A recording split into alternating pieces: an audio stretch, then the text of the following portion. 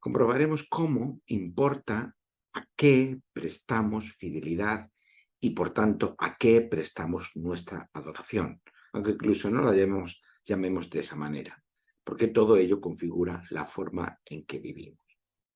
Por último, esta narración también nos habla de cómo enfrentar los conflictos con la sabiduría necesaria, pero más cómo necesitamos el reinado de Dios y que Él sea el rey de nuestras vidas, porque nosotros somos pésimos reyes para nuestras propias vidas. Esta es la predicación correspondiente al domingo 29 de octubre de 2023 de la Iglesia Cristiana Cristo Viene de Algeciras. Pasaje de referencia para esta semana lo tenemos en el segundo libro de los Reyes, capítulo 12, versículos 1 al 17 y 25 al 29, o si preferís, podéis leer todo el capítulo 12 completo. La semana pasada vimos cómo el rey de Israel debía ser garante de que Israel fuera fiel y cumpliera el pacto con Dios. Pero ahora, tras la muerte del rey Salomón, podemos comprobar que el desastre se cierne sobre el pueblo de Dios. El reino que David unificó tras un largo esfuerzo, ahora se divide en dos reinos. El reino del norte, que se llamará Israel, y el reino del sur, que se llamará Judá. En el reino del norte reinará Jeroboam, y en el reino del sur reinará Roboam. Esta narrativa nos muestra cómo las advertencias que el profeta Samuel hizo a Israel, como ya vimos la semana pasada, sobre el gobierno de los reyes, no cayeron en saco roto, pero también cómo la irresponsabilidad de los líderes políticos nos puede llevar al desastre. Comprobaremos cómo importa a qué prestamos fidelidad y, por tanto, a qué prestamos nuestra adoración, aunque incluso no la llamemos de esa manera, porque todo ello configura la forma en que vivimos. Por último, esta narración también nos habla de cómo enfrentar los conflictos con la sabiduría necesaria, pero más cómo necesitamos el reinado de Dios y que Él sea el rey de nuestras vidas, porque nosotros somos pésimos reyes para nuestras propias vidas. Al comienzo del primer libro de Reyes, capítulo 12, tenemos que el rey de Israel es Roboam, que es hijo del rey Salomón. Roboam ha sucedido a su padre después de su muerte, de la muerte de Salomón. Roboam, por tanto, tras morir su padre Salomón, va a Siquem para ser proclamado rey por todo Israel. Siquem no era un lugar cualquiera. Es allí donde Abraham, por primera vez, después de recibir la promesa de Dios, Génesis 12, versículo 3, la de ser de bendición para todas las naciones, pues después de recibir esa promesa, deja Harán y se dirige con su familia a Canaán. El primer lugar al que llegó fue Siquem, y allí recibió la promesa de Dios de recibir aquella tierra. Tenemos en Génesis 12, versículo 7. Así que desde 12:3 que recibe la promesa de que sea bendición de todas las naciones, hasta la promesa de la tierra, pues solamente pasan 4 versículos, ¿no?, en ese mismo capítulo. Es allí en Siquem donde Abraham planta por primera vez su pie en la tierra prometida. En Siquem, también todas las tribus de Israel, dirigidas por Josué, renuevan el pacto con Dios y su lealtad y su fidelidad a Él. Capítulo 24 del libro de Josué. Así que Siquem es el lugar de la promesa de la tierra y de la renovación del pacto, abandonando la fidelidad a otros dioses. Leemos en Josué capítulo 24, versículos 21 al 25, que dice: pero el pueblo insistió, eso no pasará jamás. Josué les advierte de la dificultad que van a tener para ser fieles a Dios. Y el pueblo insistió, eso no pasará jamás. nosotros solo serviremos al Señor. Y Josué les dijo una vez más, vosotros sois testigos contra vosotros mismos de que habéis decidido servir al Señor. Y respondió toda la asamblea, sí, sí, lo somos. Josué replicó, deshaceos de los dioses ajenos que todavía conserváis. Volveos de todo corazón al Señor, Dios de Israel. El pueblo respondió, solo al Señor nuestro Dios serviremos y solo a Él obedeceremos. Aquel mismo día, Josué renovó el pacto con el pueblo de Israel, allí mismo en Siquén.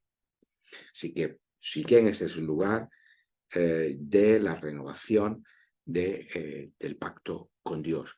Y a lo largo de toda la narrativa de la Biblia vemos cómo esta cuestión de la fidelidad al pacto con Dios es medular.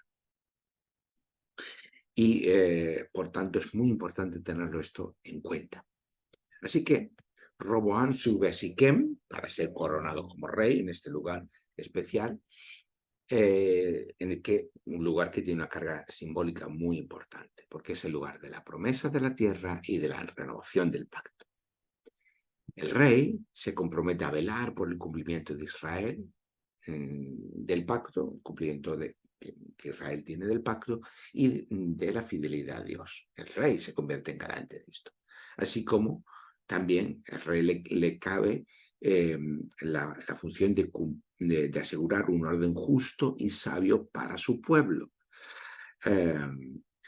Sin embargo, el curso de los acontecimientos discurre de una manera muy distinta a esta, que era la función que el rey tenía dentro del pueblo. A la ceremonia de coronación del rey Roboam acude también Jeroboam, que lidera las tribus del norte. ¿Pero quién era Jeroboam? Jeroboam, en tiempos de Salomón, el padre de Roboam, era funcionario en la corte del rey. Pero siendo funcionario de la corte del rey Salomón, se rebela contra Salomón. Lo tenemos en el primer libro de los Reyes, capítulo 11, versículo 26, el capítulo anterior a nuestro capítulo de hoy. Jeroboam recibe la promesa por medio del profeta Agías de que va a ser coronado rey del reino del norte. Versículo 37 del capítulo 11 de este mismo libro. Con la condición de asegurar el cumplimiento del pacto para Israel, versículo 38 del capítulo 11. Entonces, se dice que debido a la infidelidad de Salomón a la última parte de su vida al pacto, se va a producir la ruptura del reino y a Jeroboam se le promete ser rey de las 10 tribus del norte, lo que se va a conocer como Israel, pero sí cumpliendo una condición. ¿Cuál es la condición? La condición exigida a todos los reyes de Israel, que sea fiel al pacto. Así se anticipa la ruptura del reino en Dios, debido a esa infidelidad de Salomón al pacto, como ya hemos dicho, debido a su fidelidad, la fidelidad de Salomón a los dioses y diosas fenicios, moabitas y amonitas, como tenemos en el versículo 33 del capítulo 11 de este mismo libro. No obstante, se dice que la casa de David y Jerusalén serán preservadas como fidelidad a Dios a la promesa de David, que ya vimos en el segundo libro de Samuel, versículo 7. Pues esto se dice aquí y se repite en el versículo 36 de ese capítulo 11 del primer libro de los Reyes.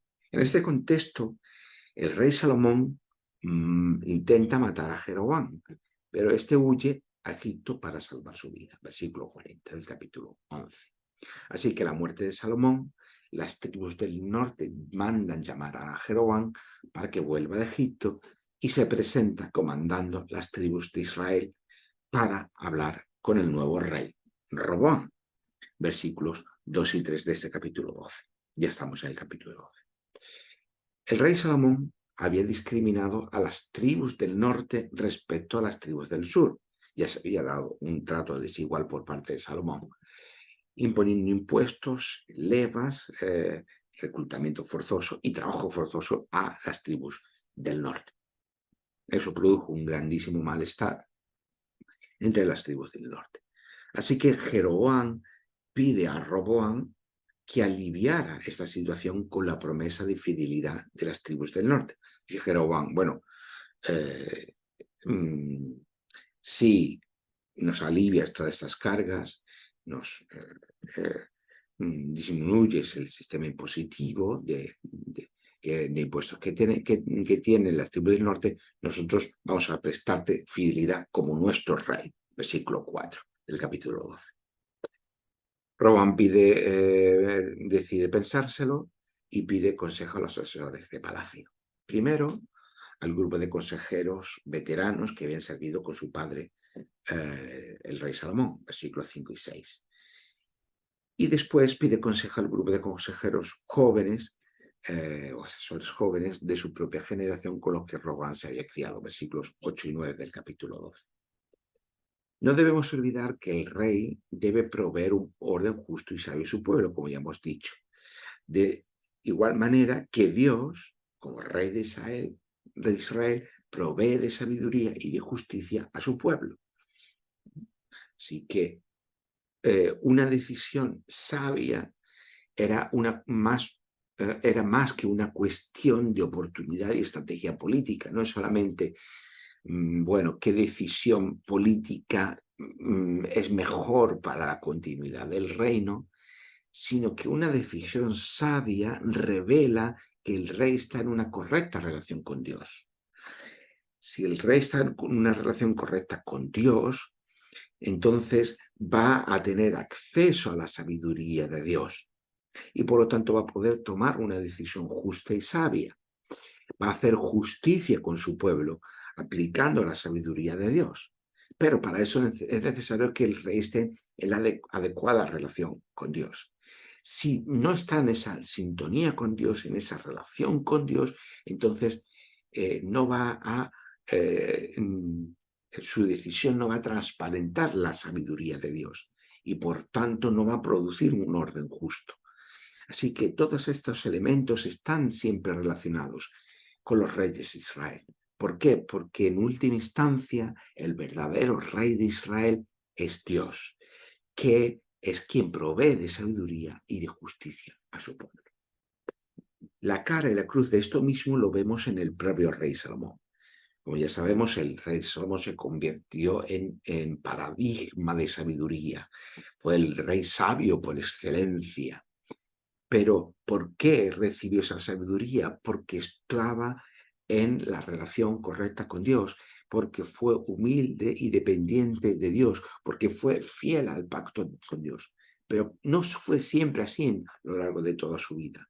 Hubo un momento en el que se fue apartando de esa fidelidad al pacto con Dios y fue dando cabida a otros dioses. Y por tanto, entonces ya no actuó con sabiduría, con la sabiduría de Dios, y por tanto ya no creó un orden justo para su pueblo. ¿Qué ocurrió? Tuvo un trato desigual con las diferentes tribus, impuso unos impuestos superiores a los que debía haber hecho y obligó a las tribus del norte a trabajar para las grandes obras de palacio. Y por tanto, eso desajustó el orden social porque ya no tenía acceso a la sabiduría de Dios porque había sido infiel al pacto con Dios.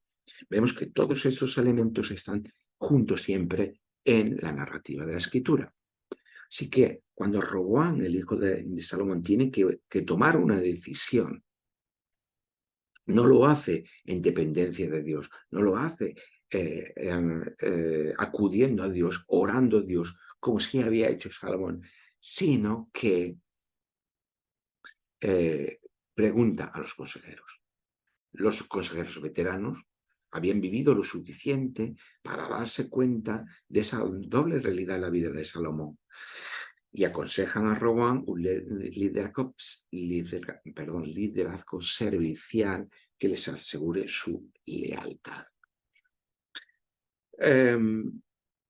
Ellos le dijeron, los consejeros mayores, ancianos, veteranos, si hoy te conviertes en servidor de esta gente, Si los atiendes y les responden con buenas palabras, ellos te servirán de por vida. Primer libro de los Reyes, capítulo 12, versículo 7. Por el contrario, el grupo de consejeros jóvenes, con la audacia de la juventud y también la falta de experiencia, sugieren al rey comportarse con las tribus del norte de manera incluso más dura de lo que había hecho su padre Salomón. Los versículos 10 y 12 del capítulo, o 10 y 11 del capítulo 12 dice lo siguiente: aquellos jóvenes que se habían criado con él le contestaron: este abuelo te ha dicho, tu padre nos impuso un yugo pesado, hazlo tú más ligero. Pues bien, respóndeles de este modo: mi dedo meñique es más grueso que la cintura de mi padre. Si él os impuso un yugo pesado, yo os aumentaré la carga. Y si él os castigaba con una vara, yo lo haré con un látigo. ¿A quién hizo caso Roboam? Pues Roboam decidió seguir a aquellos de los que se sentía más próximo, a aquellos con los que se había criado, aquellos que habían sido que eran sus amigos, estaban con él desde niño. Y así que desoyó a los ancianos y lo hizo saber a Jeroboam, versículos 12 al 15 del capítulo 12.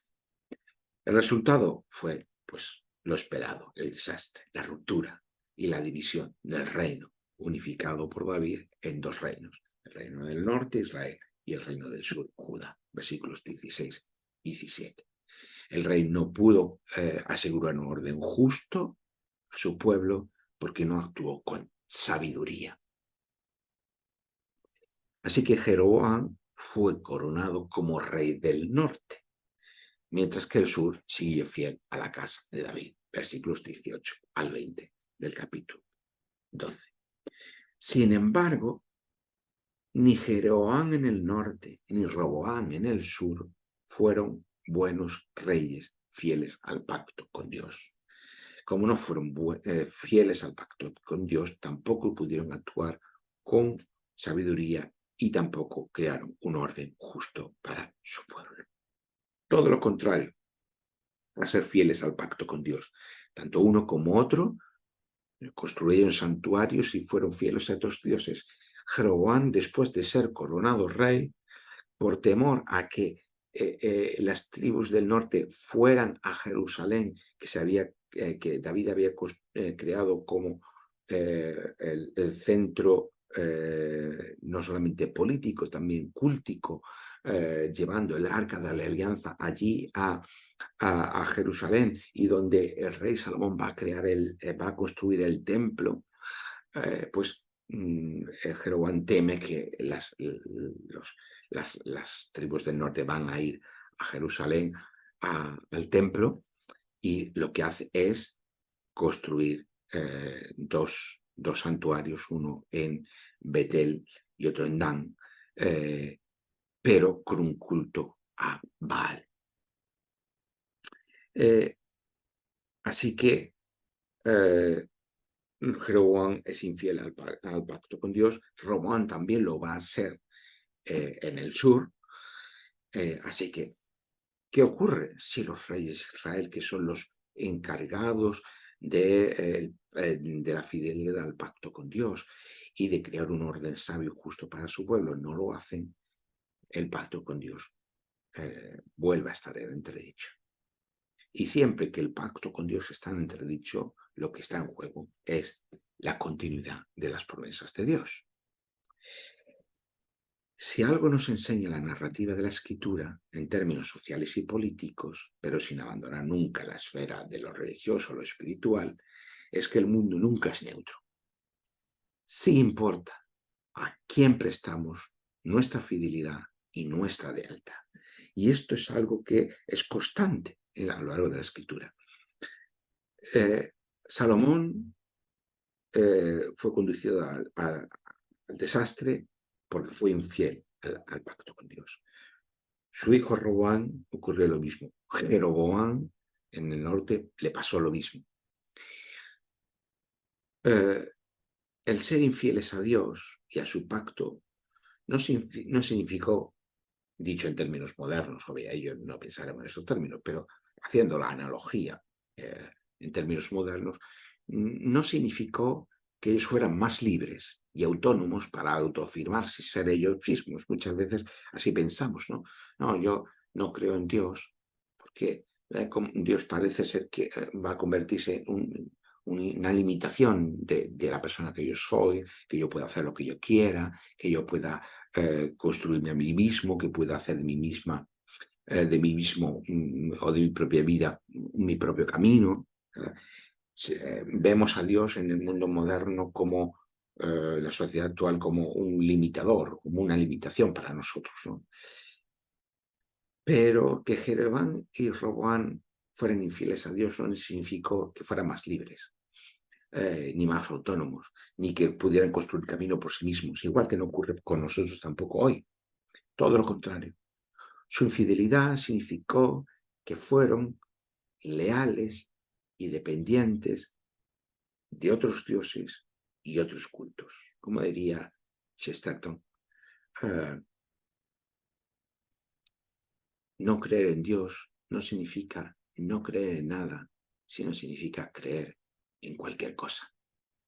Pues esto es lo que le ocurre a Jeroboam y Roboam. No ser fieles al pacto de Dios implicó ser fieles a otros pactos y a otros dioses. Y por lo tanto a otras constituciones políticas y sociales, fuera del orden justo y sabio de Dios. Así que tuvo eso grandes repercusiones sociales y políticas para Israel y para Judá. En nuestra sociedad pluralista y secular, por lo menos en Occidente, en la que todo es elegible por el individuo, aparentemente la cuestión de fe es también una cuestión de elección y de preferencia personal, porque cada uno, libre y autónomamente, puede prestar su adhesión a la fe que quiera. Sin embargo, hoy estamos tan condicionados como lo estaban en el mundo antiguo. Esa libertad es solo aparente. La liberación de la fe en Dios no supone una esfera individual y privada de libertad. Si hace no tanto tiempo hubo una campaña en el Reino Unido eh, eh, hecho por instituciones ateas diciendo Dios no existe, disfruta de la vida o no hace falta que te preocupes o algo similar, ¿no? Eh, Liberarnos de Dios, liberarnos de la fe en Dios, deshacernos de esa fe, no es ser más libres, como se ha pensado en toda la cultura de la modernidad. Por fin nos quitamos la superstición de Dios, nos quitamos de la superstición de esa fe cristiana que está anticuada, que ya no sirve para el mundo moderno, y pues ahora vamos a ser más libres, vamos a ser más felices. Nada de eso ha ocurrido, todo lo contrario. Liberarnos, deshacernos de la fe en Dios nos supone una esfera individual y privada de libertad para hacer lo que nosotros queramos.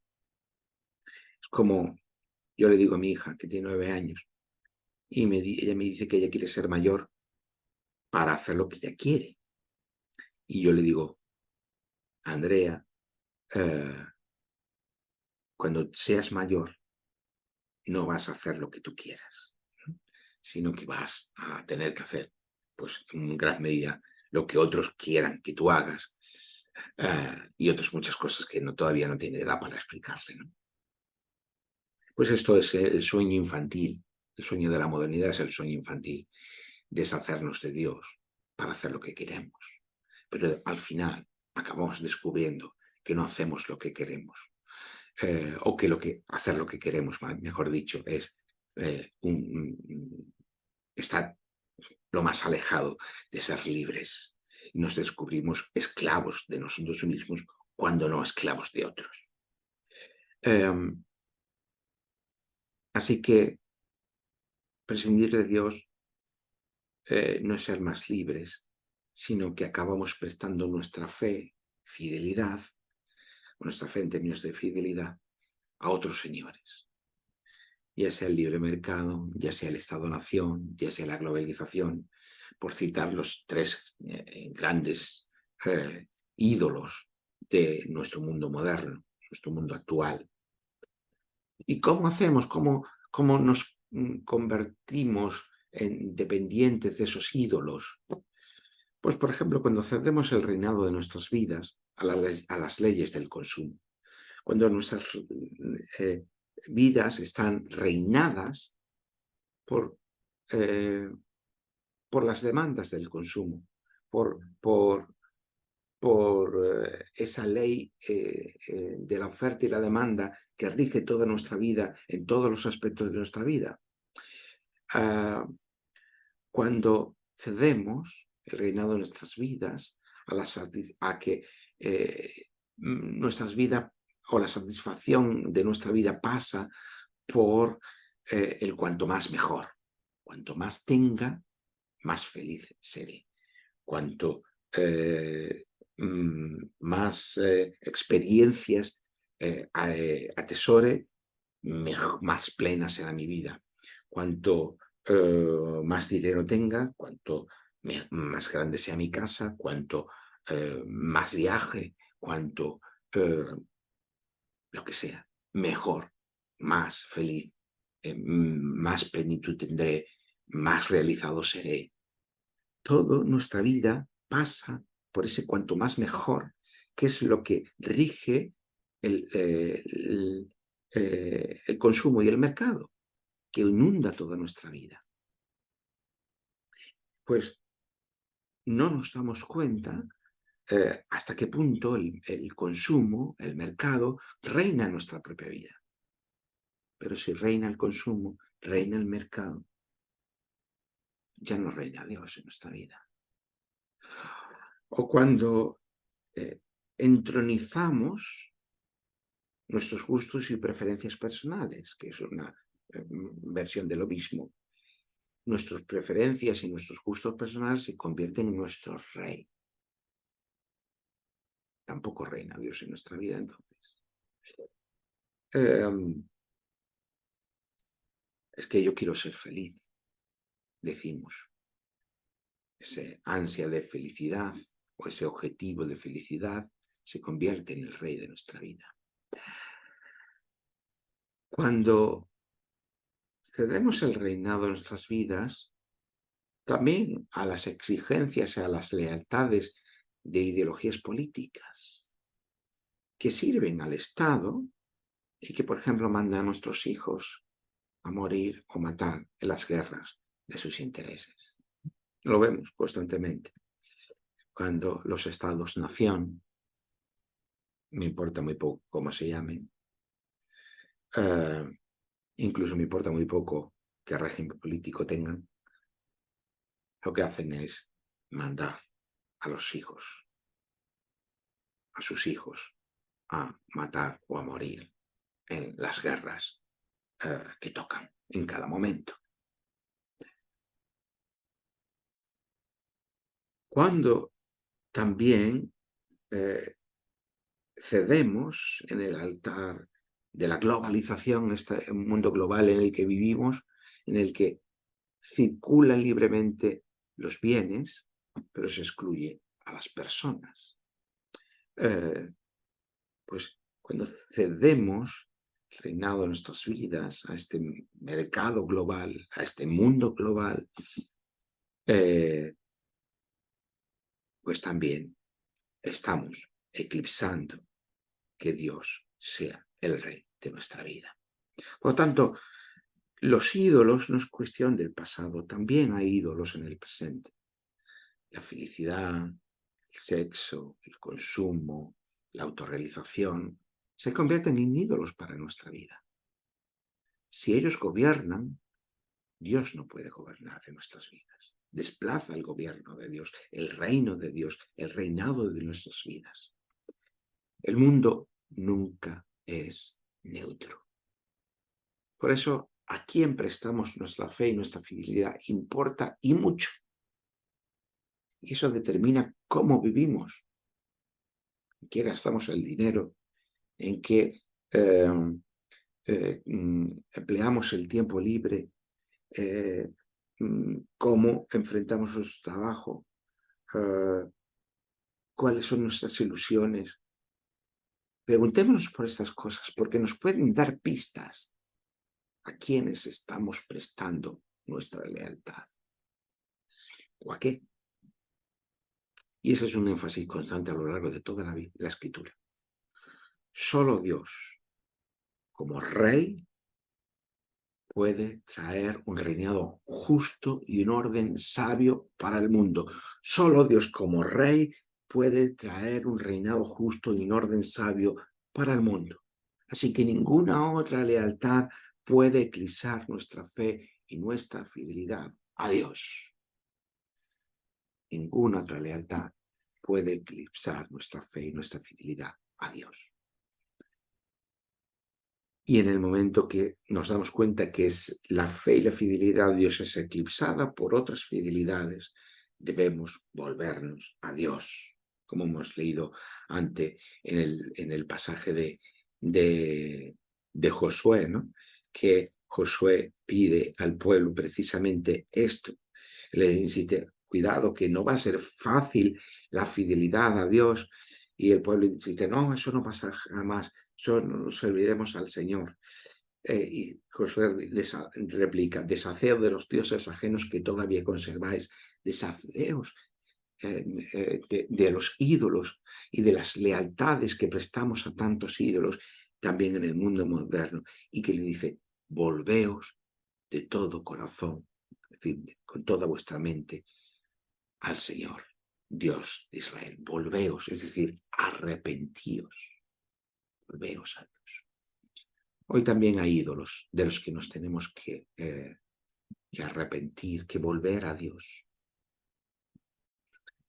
Porque solo el reinado de Dios puede traer un orden sabio y justo al mundo. Y eso es lo que, en definitiva, esperamos. Que Dios reine, que Dios gobierne en nuestras vidas personales, pero también en todo el mundo. Ninguna ideología política puede asegurar el orden sabio y justo del reinado de Dios. Solo Dios mismo puede traer ese reinado sabio y justo al mundo. No nos engañemos. Ninguna ideología política, sea la que sea, puede traer el reinado de Dios al mundo. Es más, muchas ideologías políticas que han querido traer el reinado de Dios al mundo, lo que han hecho ha sido todo lo contrario, hacer del mundo un infierno.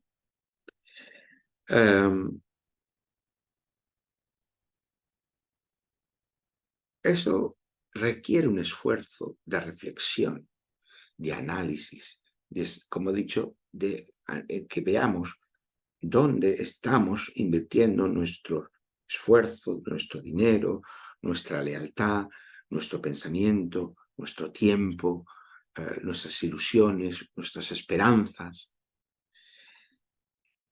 No es algo que surja así, que lo veamos con claridad de una forma rápida, evidente, o puede ser evidente para nosotros como creyentes querer ser fieles a Dios, pero en la práctica no es algo tan evidente. No lo fue tampoco para Israel.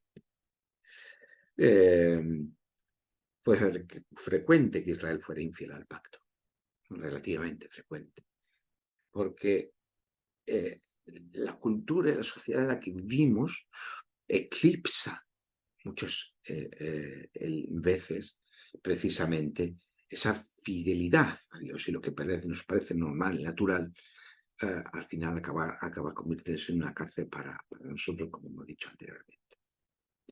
Estamos constantemente expuestos en nuestro medio social y cultural a muchas narrativas.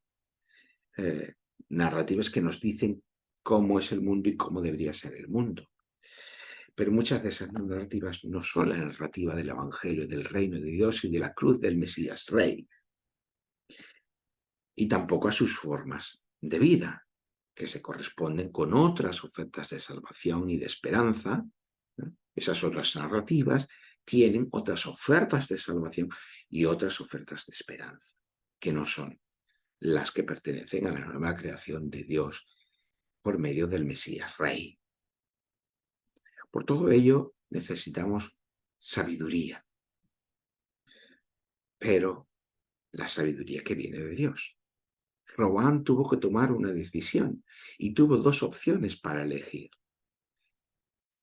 En la Biblia, la sabiduría, que solamente es considerada como tal, es aquella que es capaz de reflejar el orden justo de Dios. Eso es ser sabio de la Biblia. Aquel que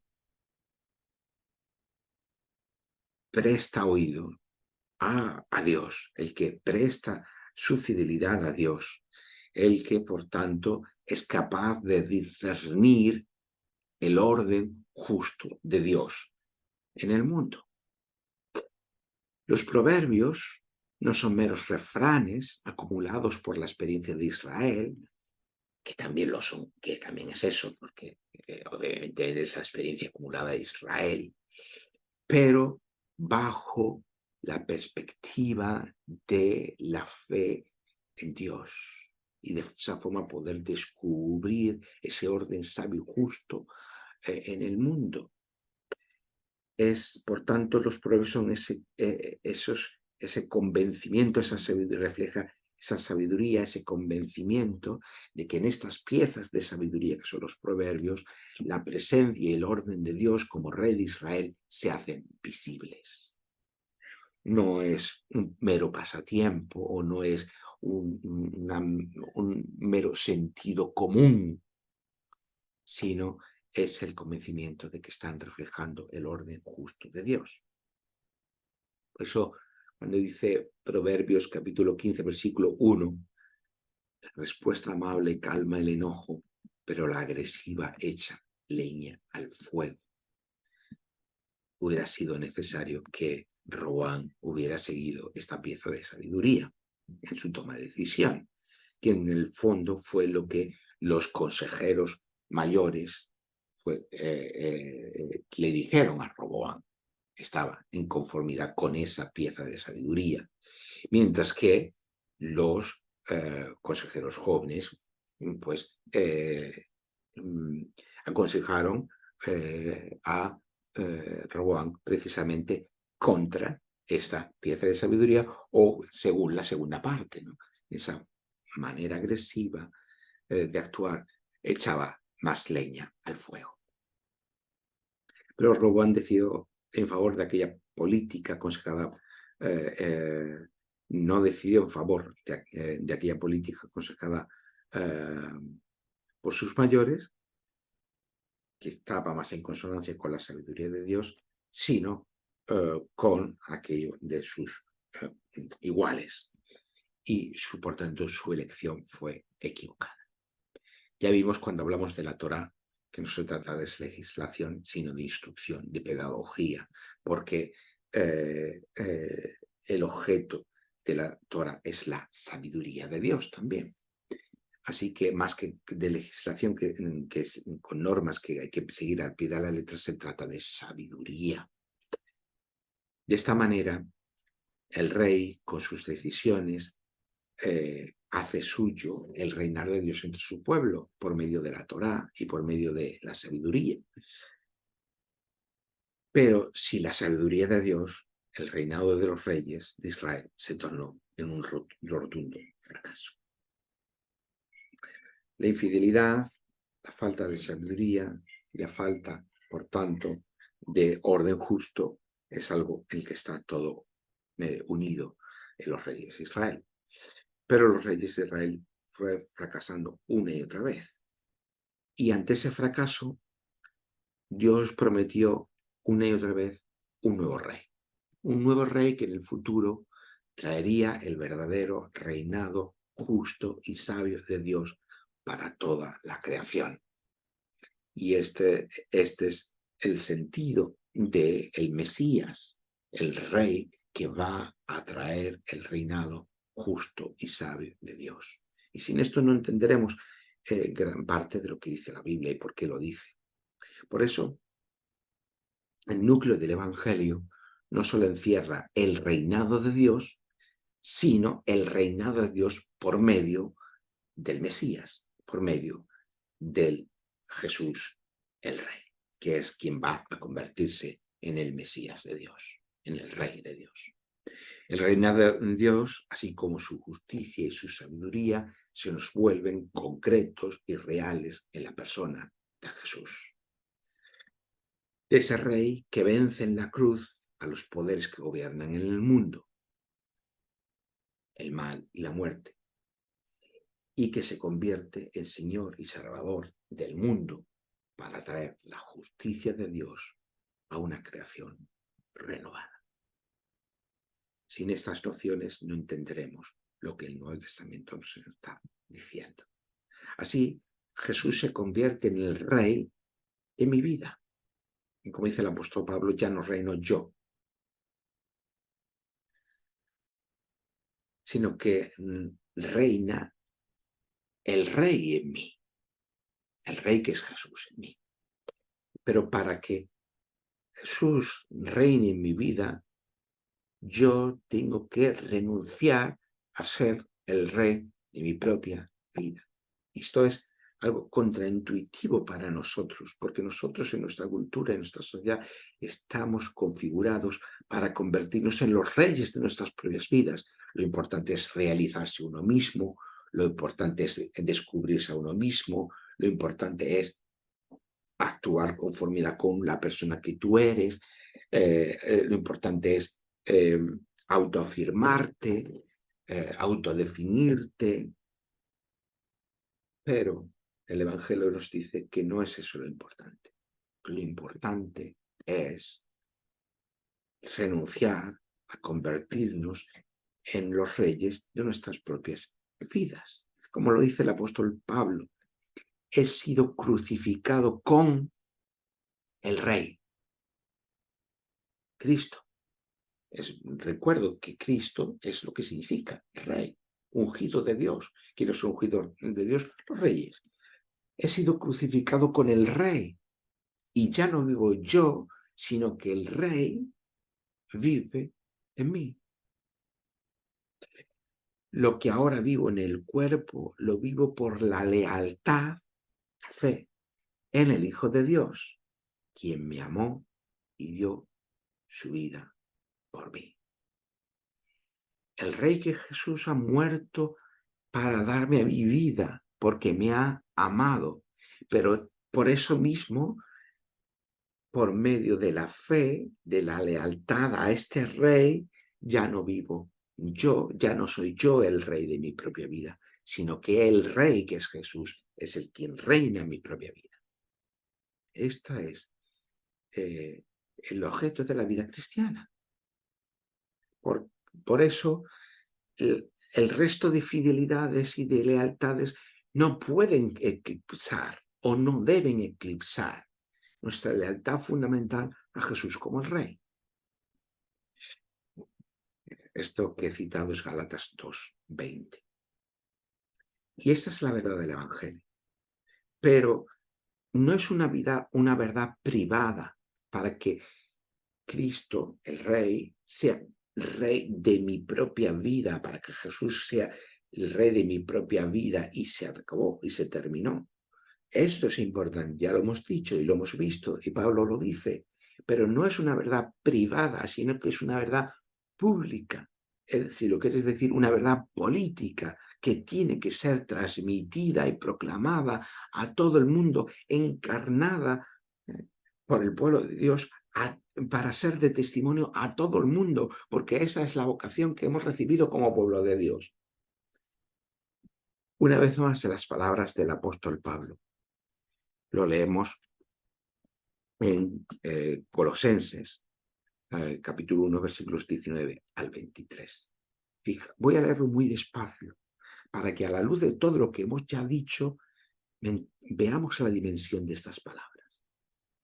Dice Pablo, Dios, en efecto, tuvo a bien hacer habitar en el Rey la plenitud. Recordamos que este Rey, este Cristo, este ungido de Dios, es Jesús. Dios, en efecto, tuvo a bien hacer habitar en el Rey, en Cristo, la plenitud. La plenitud de la condición de ser Dios mismo. Y por medio de él reconciliar consigo todos los seres. Este rey que es Jesús es presencia de Dios en el mundo, presencia encarnada de Dios en el mundo, y por medio del rey, que es Jesús, reconciliar consigo todos los seres, es decir, la unión de cielo y tierra, la renovación de toda la creación, los que están en la tierra y los que están en el cielo, realizando así la paz mediante la muerte del rey en la cruz, para ser reconciliados con Dios. También vosotros estuvisteis en otro tiempo lejos de Dios, está diciendo los Gálatas, y fuisteis sus enemigos por el modo de pensar y por las malas acciones. Ahora, en cambio, por la muerte que el Rey Cristo ha sufrido en su cuerpo mortal, Dios ha hecho la paz con vosotros para admitiros en su presencia como a pueblo consagrado sin mancha y sin tacha. La muerte que el Rey Cristo ha sufrido en su cuerpo mortal. No es que, como ya hemos dicho, Jesús haya sido castigado por Dios, sino que en el cuerpo de Jesús, ungido de Dios, Mesías, el Rey de Israel, el pecado ha sido derrotado, ha sido vencido, ha sido quedado sin efecto. Es necesario, sigue diciendo Pablo, sin embargo, que permanezcáis sólidamente firmes e inconmovibles en la fe y que no traicionéis la esperanza que ofrece el Evangelio.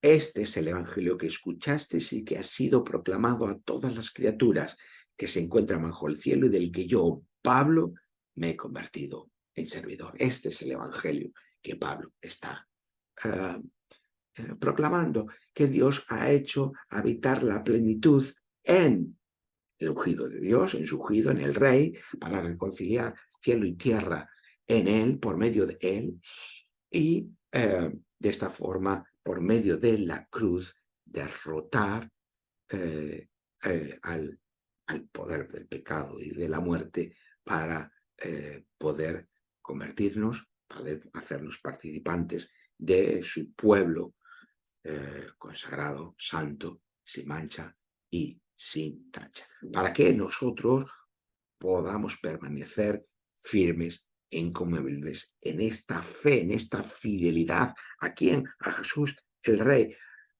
para no traicionar la esperanza que ofrece el Evangelio. ¿Cuál es esa esperanza? Que Dios por medio de Jesús reina y reinará completamente, de manera que su creación será transformada, no los cielos sino la tierra. Este es el mensaje del Evangelio y vemos cómo el Antiguo y el Nuevo Testamento convergen en él, toda esta narrativa que estructura la Escritura, y no hay contradicción entre el Antiguo y el Nuevo Testamento, ni un Dios en el Antiguo y otro Dios en el Nuevo Testamento, ni ninguna de estas deformaciones que muchas veces se han hecho de la Biblia, precisamente por no atender a la estructura narrativa, a esa gran narración que la Biblia nos cuenta. Dejo aquí por hoy y espero que todo esto nos haya iluminado una vez más cómo lo que está ocurriendo con los reyes en Israel nos hablan de aquel otro futuro rey, que es el ungido de Dios, por el medio del cual Dios está trayendo su reino y su reinado a toda la creación. Espero que sea de bendición para todos los que me escuchéis y que nos haga siempre reflexionar nuestro lugar, nuestra relación con Dios y nuestra necesidad, como decía Josué a Israel, volvernos a Dios de otras lealtades hacia la única lealtad a Jesús. Jesús, Rey, Señor y Salvador del mundo. Que así sea. Amén.